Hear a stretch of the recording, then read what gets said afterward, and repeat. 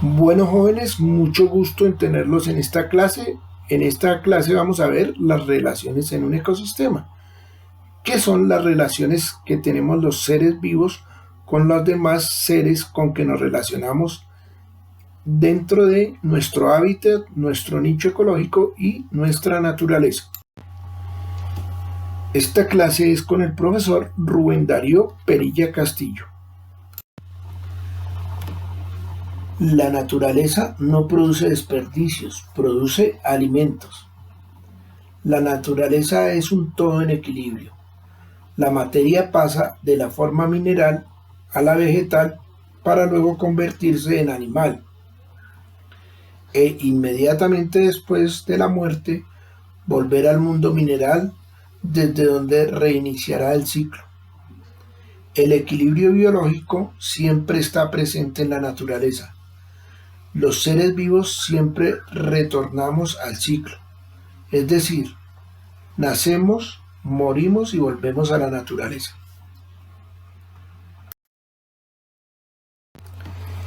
En las relaciones en un ecosistema estudiamos cómo nos interrelacionamos los seres vivos los unos con los otros. Estas interrelaciones tienen diferentes nombres que se han clasificado así para poderlas estudiar. Comenzamos por el parasitismo.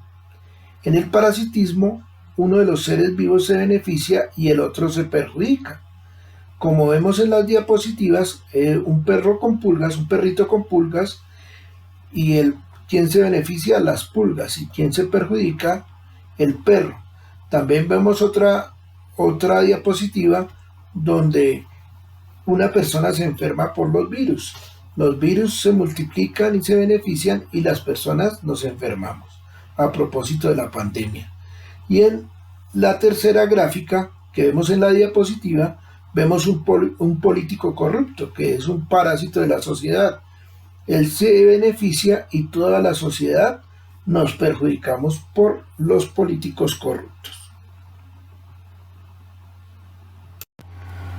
Vemos ahora la relación de mutualismo. En el mutualismo, los dos seres se benefician y además el uno no puede vivir sin el otro. El mejor ejemplo son las abejas. Las abejas se benefician al tomar el néctar de las flores y las flores se benefician porque las abejas las polinizan, mueven el polen de una flor a la otra. Todos los seres vivos tenemos relaciones de mutualismo.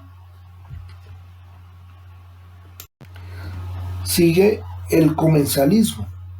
Es una relación en la cual un ser vivo se beneficia y el otro no se beneficia ni se perjudica, le es indiferente.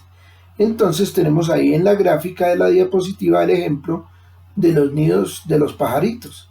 Ellos colocan su nido en el árbol y el árbol ni se beneficia ni se perjudica porque un pajarito coloque su nido en el árbol. Pero los pajaritos sí se benefician porque ahí tienen su hábitat, su sitio donde viven. En la carroñería, unas especies se comen los cadáveres en descomposición o putrefactos y los restos podridos de otros animales. La carroñería es supremamente importante porque estos animales al comer esa carroña, primero desaparecen los cadáveres y el mal olor, y segundo, como en el estómago de los chulos, después de que comen, eliminan muchas bacterias y toxinas y ya cuando producen sus excrementos, los excrementos ya no las llevan, es decir, que purifican toda esa carroña prácticamente. Por eso los carroñeros son tan supremamente importantes en la naturaleza. En la competencia, individuos de la misma especie o de especies diferentes compiten por la pareja o por el alimento. La competencia ha sido muy importante en la evolución porque permite que los individuos más aptos se reproduzcan.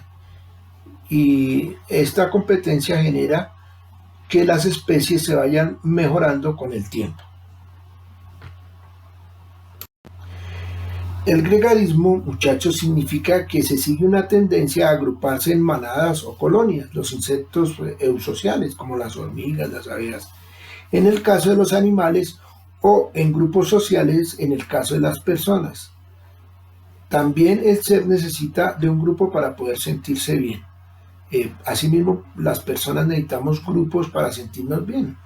Se necesita sentirse la pertenencia a algo. Nosotros buscamos nuestros temas en los cuales somos compatibles para adicionarnos a esos grupos. Analiza, por ejemplo, con tus amigos, con qué amigos te gusta hacer y por qué. Y vas a ver que es porque tienen los mismos intereses de música, de juegos o de estudio, lo que sea. El amensalismo o antagonismo es una relación negativa. Se basa en que algunas plantas producen sustancias tóxicas o crean condiciones intolerables para otras poblaciones. Eso se ve mucho en los bosques de eucaliptos o pinos. Cuando tú tengas la oportunidad de ver un bosque de pinos, te vas a dar cuenta que en el piso no crecen sino pinos, solamente hay hojas de pinos. Lo mismo en el eucalipto. No hay sino solo eucaliptos porque los tóxicos que ellos producen no dejan que otras plantas crezcan ni progresen. Estas, recuerda, son plantas foráneas, por eso es que los bosques de pinos y eucaliptos le hacen daño a la biodiversidad y a la flora nativa de nosotros los colombianos.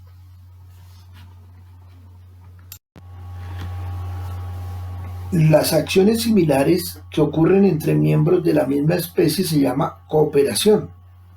Esto se ve mucho en el ser humano, en las hormigas, en las abejas, y nos damos cuenta en la actualidad que si no cooperamos los unos con los otros es supremamente difícil progresar. Analízalo con tu familia, con las personas cercanas a tu vida.